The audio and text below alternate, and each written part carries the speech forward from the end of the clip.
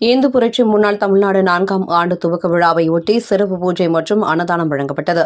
இந்து புரட்சி முன்னணி தமிழ்நாடு 4ஆம் ஆண்டு துவக்க விழா நிறுவனர் எம்.கே.எஸ். சந்திரகுமார் அவர்களின் வழிகாட்டுதலின்படி இந்து புரட்சி முன்னணி தமிழ்நாடு தாம்பரம் பகுதி தலைவர் ரஜினிவேலு தலைமையில் தாம்பரம் சண்முகம் சாலையில் நடைபெற்றது. துவக்க விழாவையொட்டி ஸ்ரீசக்கரம் குயிலி அவர்களின் படத்தை வைத்து சிறப்பு பூஜை செய்யப்பட்டது. பின்னர் பக்தர்களுக்கு பிரசாதம் வழங்கப்பட்டது.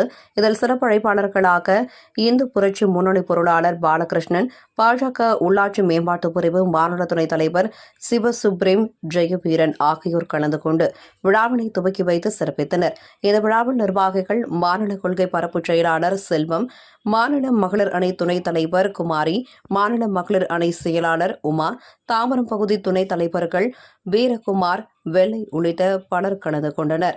நிகழ்ச்சியின் முடிவில் சுமார் 500க்கும் மேற்பட்டோருக்கு அன்னதானம் வழங்கப்பட்டது.